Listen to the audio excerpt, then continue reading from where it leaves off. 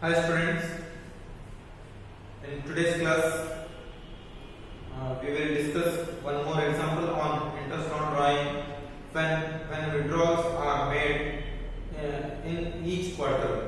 Now quarterly withdrawals ಮಾಡಿಕೊಂಡ್ರೆ ಯಾವ ತರ ಇಂಟ್ರೆಸ್ಟ್ ಆನ್ ಡ್ರಾಯಿಂಗ್ಸ್ ಅನ್ನು ಕ್ಯಾಲ್ಕುಲೇಷನ್ ಮಾಡುವಂತ ಮಾಡಬೇಕಪ್ಪ ಅನ್ನೋದ್ರ ಪ್ರೊಸೆಸ್ ಅನ್ನು ಈ ಪ್ರಾಬ್ಲಮ್ಸ್ ಒಳಗೆ ನೋಡ್ತಾ ಹೋಗೋಣ. ಸಿ ದ ಎಕ್ಸಾಂಪಲ್, ಇಲ್ಲಿ ಒಂದು ಎಕ್ಸಾಂಪಲ್ ಪ್ರಕಾರ ನಾವು ಏನು ಮಾಡ್ತಾ ಹೋಗ್ರಿ ಸೊಲ್ಯೂಷನ್ ನೋಡ್ತಾ ಹೋಗೋಣ. The one example is, suppose Satish and Tilak are partners in a firm showing profits and losses equally. Then during financial year 2015-16, Satish withdrew ₹30,000 quarterly. If the interest is to be charged on drawings at 8% per annum, the calculation of average period and interest on drawing will be as follows. Then case A, if the amount is withdrawn on the beginning of each quarter. ಇಲ್ಲಿ two partners ಇದ್ದಾರೆ, Satish and Tilak ಅಂತ ಹೇಳಿ. ಅವ್ರದ್ದು ಒಂದು partnership ಇದೆ. ಏನ್ ಮಾಡ್ತಾ ಇದ್ದಾರೆ, ಮಿಸ್ಟರ್ ಸತೀಶ್ ಇದಾರಲ್ಲ, ಅವರು ಎವ್ರಿ ಕ್ವಾರ್ಟರ್ಲಿ ಏನ್ ಮಾಡ್ತಾ ಇದ್ದಾರೆ ಅಂದ್ರೆ quarterly means on each 3 months, every 3 ತಿಂಗಳಿಗೆ ಒಂದ್ಸಲ ಏನ್ ಮಾಡ್ತಾ ಇದ್ದಾರೆ ಅಮೌಂಟ್ ಅನ್ನು ವಿಡ್ರಾ ಮಾಡ್ಕೊತಾ ಇದ್ದಾರೆ. ಇಲ್ಲಿ ಅಮೌಂಟ್ ವಿಡ್ರಾ ಮಾಡ್ಕೊಳ್ಳುವಂತ ಕೇಸ್ ಎರಡು ಕೊಟ್ಟಿದ್ದಾನೆ, ಎರಡು ಸಿಚುವೇಶನ್ಸ್ ಕೊಟ್ಟಿದ್ದಾನೆ. First one is if the amount is withdrawn at the beginning of each quarter, ಅಂದ್ರೆ ವಿಡ್ರಾ ಮಾಡ್ಕೊತಾ ಇದ್ದಾರೆ 3 ತಿಂಗಳಿಗೆ ಒಂದ್ಸಲ, but at the beginning of each quarter ಯಾವಾಗ ಸ್ಟಾರ್ಟ್ ಆಗ್ತಾ ಇದೆಯೋ 3 months ಇನ್ ಒಂದು ಕ್ವಾರ್ಟರ್ ಯಾವಾಗ ಸ್ಟಾರ್ಟ್ ಆಗ್ತಾ ಇದೆಯಲ್ಲ ಅವಾಗ ಒಂದ್ಸಲ ಏನ್ ಮಾಡ್ಕೊತಾ ಇದ್ದಾರೆ ಅಮೌಂಟ್ ಅನ್ನು ವಿಡ್ರಾ ಮಾಡ್ಕೊಳ್ತಾ ಇದ್ದಾರೆ. Then case B, if the amount is withdrawn at the end of each quarter, ಆ ಕ್ವಾರ್ಟರ್ ಯಾವಾಗ ಎಂಡ್ ಆಗ್ತಾ ಇದೆಯೋ ಅವಾಗ ಒಂದ್ಸಲ ಏನ್ ಮಾಡ್ತಾ ಇದ್ದಾರೆ ಅಮೌಂಟ್ ಅನ್ನು ವಿಡ್ರಾ ಮಾಡ್ಕೊಳ್ತಾ ಇದ್ದಾರೆ. ಹಾಗಾದ್ರೆ ನಾವು ಇಲ್ಲಿ 2 ಡಿಫರೆನ್ಸ್ ಕೇಸಸ್ ಇದಾವೆ. ಒಂದು ಕ್ವಾರ್ಟರ್ ಒಳಗೆ ಏನ್ ಮಾಡ್ಕೊಳ್ತಾ ಇದ್ದಾರೆ ವಿಡ್ರಾ ಮಾಡ್ಕೊಳ್ತಾ ಇದ್ದಾರೆ, but at the beginning of each quarter and at the end of each quarter ನಾವು ಸೆಪರೇಟ್ಲಿ ಎರಡಕ್ಕೂ ಬೇರೆ ಬೇರೆ ಕ್ಯಾಲ್ಕುಲೇಷನ್ಸ್ ಅನ್ನು ಮಾಡಬೇಕು. ಯಾಕಂದ್ರೆ ಡ್ಯೂ ಮಂತ್ ಇರ್ತದಲ್ಲ, ಔಟ್ಸ್ಟ್ಯಾಂಡಿಂಗ್ ಅವೆಲ್ಲ ಚೇಂಜಸ್ ಆಗ್ತವೆ. So just see the solution ಯಾವ ತರ ಮಾಡಬೇಕು ಅಂತಂದ್ರೆ, ಫಸ್ಟ್ ರೈಟ್ ಇದಕ್ಕೊಂದು ಚಾರ್ಟ್ ಹಾಕಿ ಸಿಂಪಲ್ ಆಗ್ತದೆ ಕ್ಯಾಲ್ಕುಲೇಷನ್ ಮಾಡಿಕೆ. ಸಿಂಪಲಿ ನಾವು ಮೇಲೆ ಕ್ಯಾಲ್ಕುಲೇಷನ್ ಮಾಡಬಹುದು. So first one is date, then amount of withdrawals. This is what drawings amount. You can write drawings amount. Then time period or outstanding months. You can write outstanding months. Then this is interest. Now ಇಲ್ಲಿ calculate ಮಾಡಿಬಿಟ್ರೆ interest ನಮಗೆ ಬಂದ್ಬಿಡ್ತದೆ. So first date, ಹಾಗಾದ್ರೆ ಇಲ್ಲಿ ಇವರು first ಯಾವಾಗ withdrawal ಮಾಡ್ಕೊಳ್ತಾ ಇದ್ದಾರೆ ಅಂತ ಹೇಳಿ ಇಯರ್ ಕೊಟ್ಟಿದ್ದಾರೆ ನೋಡ್ರಿ. During the financial year 2015-16, during the financial year ಅಂತಂದ್ರೆ 2015 to 2016. Financial year started from, ಯಾವಾಗ ಸ್ಟಾರ್ಟ್ ಆಗ್ತಿದ್ರೆ financial year starting from 1st April 2015 ಇಂದ ಸ್ಟಾರ್ಟ್ ಆಗಿ and ends with 31st March 2016 or 31st March next year. 1st April ಗೆ start ಆಗ್ತಾ ಇದೆ, then close ಯಾವಾಗ ಆಗಿಬಿಟ್ರಿ automatically we already in theory accounting period concept ಒಳಗೆ ಕಲ್ತಿದ್ದೀವಿ.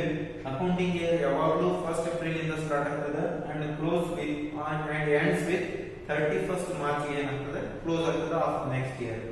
ಇಲ್ಲಿ 1st April ಗೆ ಏನ್ ಮಾಡ್ಕೊತಾ ಇದ್ದಾರೆ ಅವರು withdrawal at the beginning of each month. ಇಲ್ಲಿ ಹೆಡ್ಡಿಂಗ್ ಬರ್ಕೊರಿ, ಫಸ್ಟ್ ಹೆಡ್ಡಿಂಗ್ ಬರೀರಿ.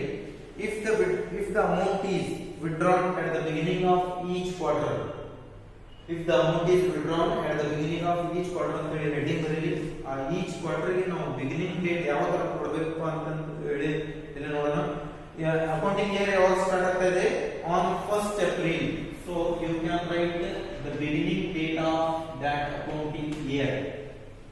Beginning date means starting date, date 1. Beginning date ಅಂದ್ರೆ ಏನಿದೆ, ಸ್ಟಾರ್ಟಿಂಗ್ ಡೇಟ್. ಸ್ಟಾರ್ಟ್ ಯಾವಾಗ ಆಗ್ತಾ ಇದೆ, 1st April ಆಗ್ತಾ ಇದೆ. ಹಾಗಾದ್ರೆ ಅಮೌಂಟ್ ಎಷ್ಟು ವಿಡ್ರಾ ಮಾಡ್ಕೊಂತ ಇದ್ದಾರೆ 30,000 on each quarter. Each quarter ಏನು ಮಾಡ್ಕೊಂತ ಇದ್ದಾರೆ ಅವರು 30,000 rupees ಅನ್ನ ತಗೊಂತಾ ಇದ್ದಾರೆ. ಇಲ್ಲಿ ಔಟ್ಸ್ಟ್ಯಾಂಡಿಂಗ್ ಮಂತ್ ಕ್ಯಾಲ್ಕುಲೇಷನ್ ಮಾಡುವಂತ ಪ್ರೊಸೆಸ್ ಯಾವ್ದಿದೆ ನೋಡ್ರಿ. ಔಟ್ಸ್ಟ್ಯಾಂಡಿಂಗ್ ಮಂತ್ ಒಳಗೆ ಇಲ್ಲಿ ಬರ್ಕೊಂಡ್ಬಿಡ್ರಿ 31st ಮಾರ್ಚ್ ಗೆ ಏನಾಗ್ತಾ ಇದೆ ಅಕೌಂಟಿಂಗ್ ಇಯರ್ ಕ್ಲೋಸ್ ಆಗ್ತಾ ಇದೆ. ಎಂಡಿಂಗ್ ಡೇಟ್ ಬರ್ಕೊಳ್ಳಿ. The outstanding month, how we are going to calculate from the date of first withdrawal, from the date of the withdrawal to the date of end of the year, to the date of end of the year. ಈ date ಇಂದ ಈ date ವರೆಗೂ ಎಷ್ಟು months ಆಗ್ತದೆ calculation ಮಾಡ್ಬಿಡ್ರಿ. You will get outstanding months 12. ಇಲ್ಲಿ ಎಷ್ಟು ಬರ್ತಾ ಇದೆ 12 ಮಂತ್ಸ್ ಆಗ್ತಾ ಇದೆ. 1st ಏಪ್ರಿಲ್ ಇಂದ 31st ಮಾರ್ಚ್ ಗೆ 12 ಮಂತ್ಸ್ ಆಗ್ತದೆ. ಬೇಕಂದ್ರೆ ಕ್ಯಾಲ್ಕುಲೇಷನ್ ಮಾಡ್ಕೊಂಡು ಹೋಗ್ರಿ. April, May, June, July up to March. Okay, then first April ಏನ್ ಮಾಡ್ತಾ ಇದ್ದಾರೆ ಫಸ್ಟ್ ಕ್ವಾರ್ಟರ್ ಅಂದ್ರೆ 3 ತಿಂಗಳ ಒಂದ್ಸಲ ಅವರು ಏನ್ ಮಾಡ್ತಾ ಇದ್ದಾರೆ ಸ್ಟಾರ್ಟಿಂಗ್ ಡೇಟ್ ಗೆ ಅಮೌಂಟ್ ಅನ್ನು ವಿಡ್ರಾ ಮಾಡ್ತಾ ಇದ್ದಾರೆ. ಹಾಗಾದ್ರೆ ಆಫ್ಟರ್ 3 ಮಂತ್ಸ್ ಯಾವಾಗ ಬರ್ತದೆ ನೋಡ್ರಿ date will be right April May June. ಈ 3 ಮಂತ್ಸ್ ಕಂಪ್ಲೀಟ್ ಆದ್ಮೇಲೆ ಮತ್ತೆ ನೆಕ್ಸ್ಟ್ ಇಯರ್ ಮತ್ತೆ ನೆಕ್ಸ್ಟ್ ಮಂತ್ ಯಾವಾಗ ಬರ್ತದೆ ನೋಡ್ರಿ 1st July means 1 7 4 5 6 completed.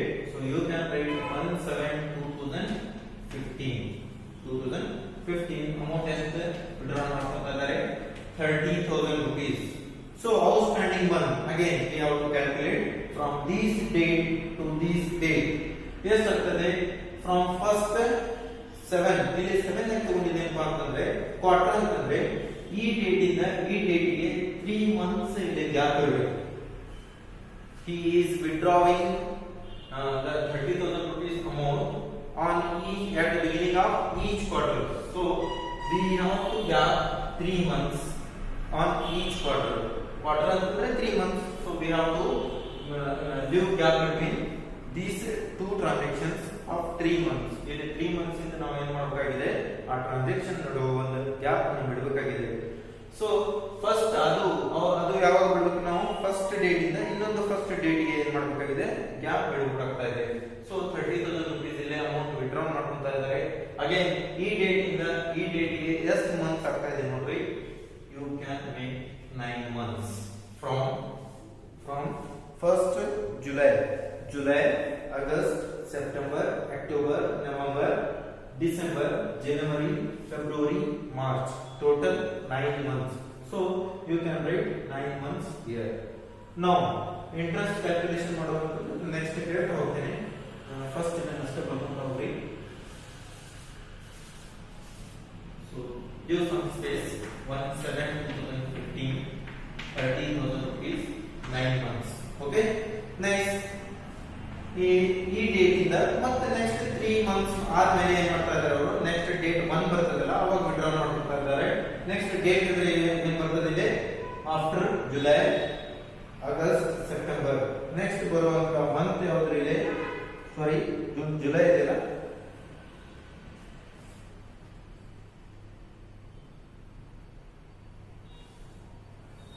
July September October ಸಾರಿ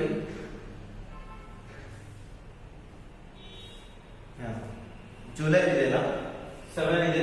ನೆಕ್ಸ್ಟ್ 8 9 10 ಸಾರಿ 7 ಕೂಡ ಇನ್ಕ್ಲೂಡ್ ಮಾಡ್ಕೊಳ್ಳಿ.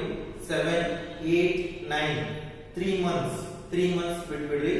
ನೆಕ್ಸ್ಟ್ ಮಂತ್ ಈಸ್ 1/10/2015 ನೋಡ್ರಿ. ಜುಲೈ ಆಗಸ್ಟ್ ಸೆಪ್ಟೆಂಬರ್ ಆದ್ಮೇಲೆ ಅಕ್ಟೋಬರ್ ಗೆ ಏನ್ ಮಾಡ್ಕೊಂತಾ ಇದ್ದಾರೆ ಮತ್ತೆ ಫಸ್ಟ್ ವಿಡ್ರಾವಲ್ ಥರ್ಡ್ ಇನ್ಸ್ಟಾಲ್ಮೆಂಟ್ ಏನ್ ಮಾಡ್ಕೊಂತಾ ಇದ್ದಾರೆ ವಿಡ್ರಾವಲ್ ಮಾಡ್ಕೊಂತಾ ಇದ್ದಾರೆ. How much 30,000 on each quarter. 30,000 ಏನ್ ಮಾಡ್ತಾ ಇದ್ದಾರೆ ವಿಡ್ರಾವಲ್ ಮಾಡ್ಕೊಂತಾ ಹೋಗ್ತಾ ಇದ್ದಾರೆ. ಈ ಡೇಟ್ ಇಂದ ಮತ್ತೆ ಈ ಡೇಟ್ ವರೆಗೂ ಎಷ್ಟು ಮಂತ್ಸ್ ಆಗ್ತಾ ಇದೆ ನೋಡ್ರಿ. You can take 6 months will be 6 months. How? October, November, December, January, February, March. So you can write here 6. Next and last installment, fourth installment ಯಾವಾಗ ಆಗ್ತಾ ಇದೆ ಇಲ್ಲಿಂದ ಈ ಡೇಟ್ ವರೆಗೂ 3 months ಆಗ್ತಾ ಇದೆ. Then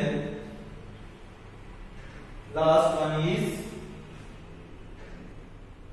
after 10 ಅಕ್ಟೋಬರ್ ಇದೆ, ಅಕ್ಟೋಬರ್, ನವೆಂಬರ್, ಡಿಸೆಂಬರ್ ಆದ್ಮೇಲೆ ನೆಕ್ಸ್ಟ್ ಮಂತ್ ಬರುವುದು ಯಾವಾಗ್ರಿ?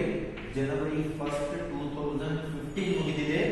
We can write 2016 next year ಬರ್ತಾ ಇದೆ. ಸೊ 1st ಜನವರಿ 2016 ಮತ್ತೆ ಮಾಡ್ತಾ ಇದ್ದಾರೆ 30,000 ರೂಪೀಸ್ ವಿಡ್ರಾವಲ್ ಮಾಡ್ತಾ ಇದ್ದಾರೆ. ಈ ಡೇಟ್ ಇಂದ ಮಾರ್ಚ್ 31st ವರೆಗೂ ಎಕ್ಸಾಕ್ಟ್ಲಿ 3 ಮಂತ್ಸ್ ಆಗ್ತದೆ.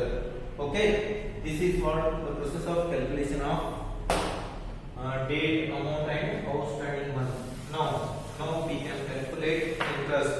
Interest ಯಾವ ಕ್ಯಾಲ್ಕುಲೇಷನ್ ಮಾಡಪ್ಪ ಅಂತ ಹೇಳಿದ್ರೆ ನೋಡ್ತಾ ಹೋಗ್ರಿ. process is the first is total amount ಎಷ್ಟಿದೆ ಅಷ್ಟು ತಗೋರಿ multiplied by total amount ಎಷ್ಟಿದೆ, withdrawal amount 30,000 ಇದೆ. total outstanding months ಎಷ್ಟಿದೆ, 12 ಇದೆ. 12 by 12. Why?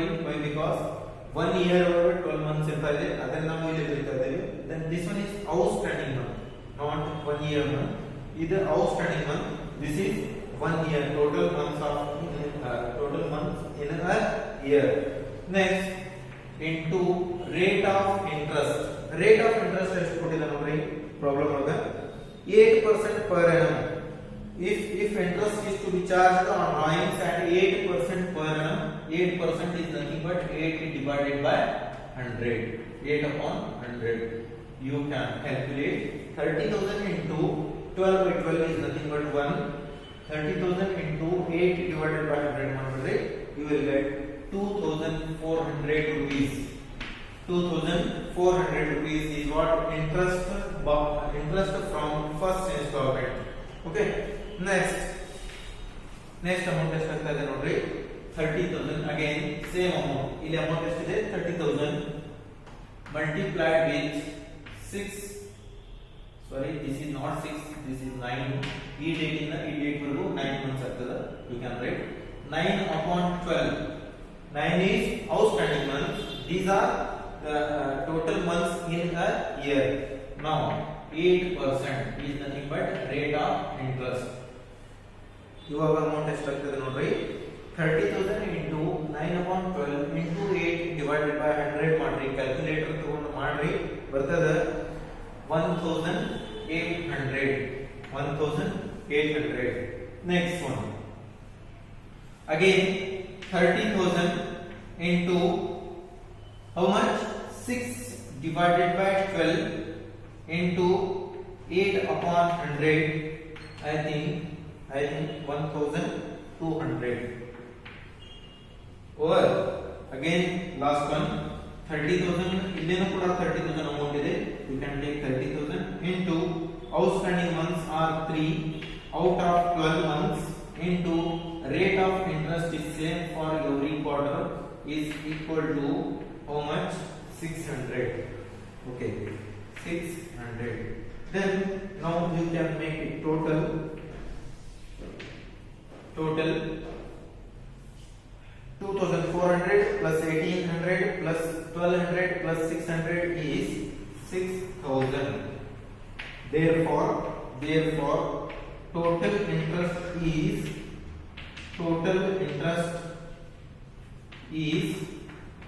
6,000 rupees. Total interest is rupees 6,000 rupees. 6,000 rupees ಯಾವಾಗ ಬರ್ತಾ ಇದೆ 30,000 rupees each quarter ಗೆ ಅವರು ವಿಡ್ರಾ ಮಾಡ್ಕೊಳ್ತಾ ಇದ್ದಾರೆ. ಅದನ್ನು ಕೂಡ ಯಾವಾಗ at the beginning of the each quarter. So beginning ಅಂತಂದ್ರೆ ನಾವು from the first date ಹೋಗ್ಬಿಟ್ರೆ ಡೇಟ್ ಮಂತ್ ಹೋಗ್ಬಿಟ್ರೆ ಏನಾಗ್ತದೆ beginning ಇಂದ ಸ್ಟಾರ್ಟ್ ಆಗ್ತದೆ. Next let's calculate with case B. Case B ನೋಡ್ರಿ, case B ಏನ್ ಹೇಳ್ತಾ ಇದೆ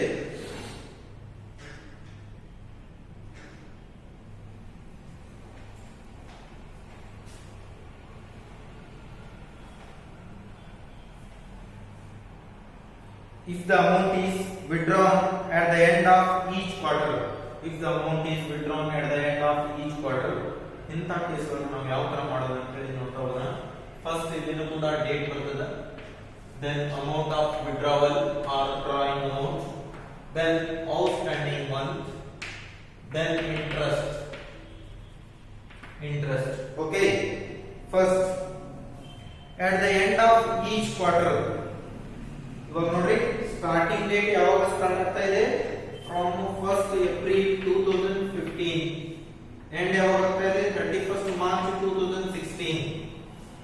ಹಾಗಾದ್ರೆ ಇವರು ಈ ಕೇಸ್ ಒಳಗ ಫಸ್ಟ್ ಡೇಟ್ ಏನ್ ಮಾಡ್ತಾ ಇದ್ರೆ from at the beginning of the each quarter, ಅಂದ್ರೆ ಯಾವಾಗ ಆ ಕ್ವಾರ್ಟರ್ ಸ್ಟಾರ್ಟ್ ಆಗ್ತಿತ್ತಲ್ಲ ಆ ಡೇಟ್ ನಾವು ಡ್ರಾ ಮಾಡ್ಕೊತಾ ಹೋಗ್ತಾ ಇದ್ರು. ಇವಾಗ ಆ ಕ್ವಾರ್ಟರ್ 3 ಮಂತ್ಸ್ ಇಂದ ಏನ್ ಕ್ವಾರ್ಟರ್ ಇದೆಯಲ್ಲ ಆ ಕ್ವಾರ್ಟರ್ ಯಾವಾಗ ಕಂಪ್ಲೀಟ್ ಆಗ್ತಾ ಇದೆಯೋ, ಯಾವಾಗ ಎಂಡ್ ಆಗ್ತಾ ಇದೆಯೋ ಅವಾಗ ಅವ್ರು ಏನ್ ಮಾಡ್ತಾ ಇದ್ದಾರೆ ಅಲ್ಲಿ ವಿಡ್ರಾವಲ್ ಅನ್ನ ಮಾಡ್ಕೊತಾ ಇದ್ದಾರೆ. So we can give 3 months here. ಇಲ್ಲಿ ನಾವು 3 ಮಂತ್ಸ್ ಆದ್ಮೇಲೆ ಎಂಡ್ ಡೇಟ್ ಏನ್ ಬರ್ತದಲ್ಲ ಅದನ್ನ ತಗೋಬೇಕಾಗ್ತದೆ. So April, May, June, April, May, June, June 30th ಗೆ ಇಲ್ಲಿ ಏನ್ ಮಾಡ್ತಾ ಇದ್ದಾರೆ ಅವರು ಫಸ್ಟ್ ವಿಡ್ರಾವಲ್ ಮಾಡ್ಕೊತಾ ಇದ್ದಾರೆ. June means 6/1/2015. let's clear once. ಈ ಡೇಟ್ ಇಂದ 3 ಮಂತ್ಸ್ ಏನ್ ಮಾಡ್ಬಿಡ್ರಿ ಎಂಡಿಗೆ ಬಂದ್ಬಿಡ್ರಿ. ಎಂಡ್ ಬಂದ್ರೆ ಏನ್ ಗೊತ್ತಾಗ್ತದ ಆ ಎಂಡ್ ಡೇಟ್ ಏನ್ ಮಾಡ್ತಾ ಇದ್ದಾರೆ ಅವರು ವಿಡ್ರಾವಲ್ ಮಾಡ್ಕೊತಾ ಇದ್ದಾರೆ. ಸೊ 30/6/2015 ಅಮೌಂಟ್ ಎಷ್ಟು ತಗೊಂತಾ ಇದ್ದಾರೆ 30,000 rupees. ಔಟ್ಸ್ಟ್ಯಾಂಡಿಂಗ್ ಮಂತ್ಸ್ ಎಷ್ಟಾಗ್ತದೆ ನೋಡ್ರಿ, ಐ ಥಿಂಕ್ 9 ಮಂತ್ಸ್, 6 ಬಿಟ್ಬಿಡ್ಬೇಕು. ಯಾಕೆ ಅಂತಂದ್ರೆ ಇಲ್ಲಿ ಲಾಸ್ಟ್ ಡೇಟ್ ಇದೆ. ಸೊ ಲಾಸ್ಟ್ ಡೇಟ್ ಇದ್ರೆ ಆ ಮಂತ್ ಕನ್ಸಿಡರ್ ಆಗಂಗಿಲ್ಲ. ನೆಕ್ಸ್ಟ್ ಮಂತ್ ನಮ್ಮಲ್ಲಿ 7, 8, 9, 10, 11, 12, 1, 2, 3 ಈ ಡೇಟ್ ವರೆಗೂ ಇಲ್ಲೇನು ಕೂಡ 31st ಗೆ ಕ್ಲೋಸ್ ಆಗ್ತಾ ಇದೆ. ಈ ಡೇಟ್ ಇಂದ ಈ ಡೇಟ್ ವರೆಗೂ ಮಂತ್ಸ್ ಕ್ಯಾಲ್ಕುಲೇಟ್ ಮಾಡಿ, ಯು ವಿಲ್ ಗೆಟ್ 9 ಮಂತ್ಸ್ ಆಗ್ತದೆ. So you can write outstanding months 9. Next date ಯಾವಾಗ ಬರ್ತದೆ 6 ಆದ್ಮೇಲೆ 7th ಮಂತ್ ಸ್ಟಾರ್ಟ್ ಆಗ್ತದೆ, 8, 9, 9th ಮಂತ್ ನೋಡ್ರಿ. ಆ 9th ಮಂತ್ ಯಾವಾಗ ಬರ್ತದೋ ಅದರದ ಎಂಡ್ ಡೇಟ್ ಗೆ ಮತ್ತೆ ಏನ್ ಮಾಡ್ತಾ ಇದ್ದಾರೆ ನೆಕ್ಸ್ಟ್ ವಿಡ್ರಾವಲ್ ಮಾಡ್ಕೊತಾ ಇದ್ದಾರೆ. So you can write 30/9/2016, 30th September 15, not 16. ಇನ್ನು ಇಯರ್ ಕಂಪ್ಲೀಟ್ ಆಗಿಲ್ಲ. So you can write 30th September 2015. Amount same amount withdraw ಮಾಡ್ಕೊತಾ ಇದ್ದಾರೆ 30,000 rupees. ಇಲ್ಲಿ ಔಟ್ಸ್ಟ್ಯಾಂಡಿಂಗ್ ಮಂತ್ಸ್ ಮಾಡ್ಕೊಳ್ಳಿ. ಸೆಪ್ಟೆಂಬರ್ ಆದ್ಮೇಲೆ ಅಕ್ಟೋಬರ್, ನವೆಂಬರ್, ಡಿಸೆಂಬರ್, ಜನವರಿ, February, March, total 6 outstanding months ಆಗ್ತಾ ಇದೆ. ಓಕೆ, ಅದೇ ತರ ಈ ಮಂತ್ಸ್ ಆದ್ಮೇಲೆ ಆಫ್ಟರ್ 3 ಮಂತ್ಸ್ ಅಂದ್ರೆ ಈ ಡೇಟ್ ಬಿಟ್ಬಿಡ್ರಿ. ನೆಕ್ಸ್ಟ್ ಡೇ ಬನ್ನಿ.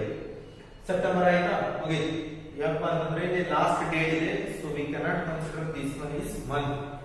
Then next month started with 1st October, November, December 31st ಗೆ ಏನ್ ಮಾಡ್ತಾ ಇದ್ದಾರೆ ಮತ್ತೆ ನೆಕ್ಸ್ಟ್ ವಿಡ್ರಾವಲ್ ಮಾಡ್ಕೊತಾ ಇದ್ದಾರೆ ಡಿಸೆಂಬರ್ 31st 2015.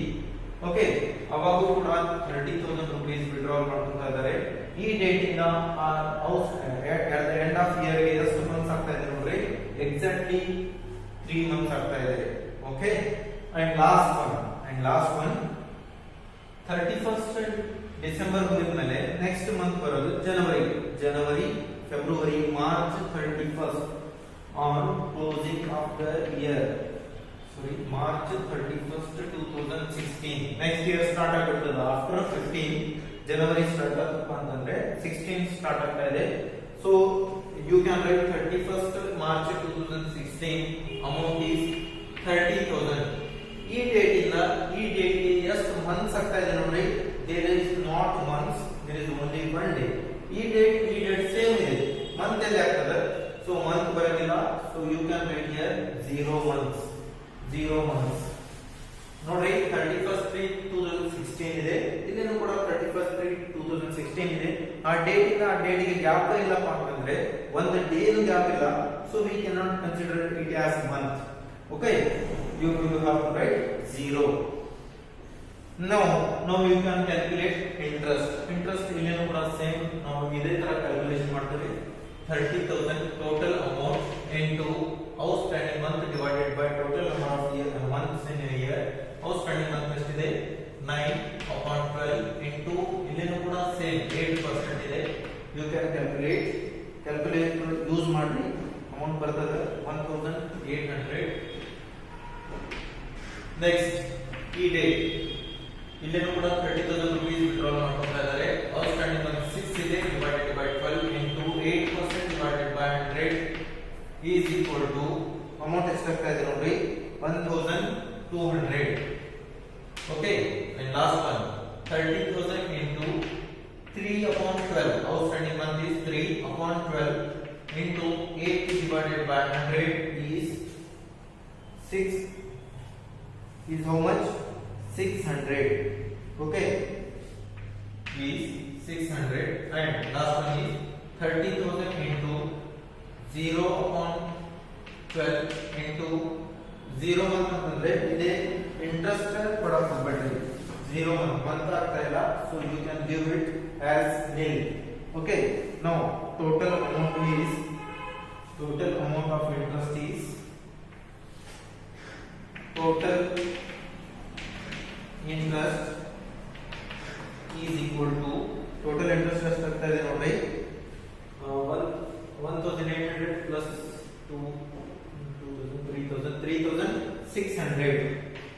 3,600 rupees ಏನಾಗ್ತಾ ಇದೆ ಇಲ್ಲಿ ಟೋಟಲ್ ಇಂಟ್ರೆಸ್ಟ್ ಆಗ್ತಾ ಇದೆ. So we can calculate quarterly interest on drawing by this process. Okay, see you in the next class with the next problem. Thank you.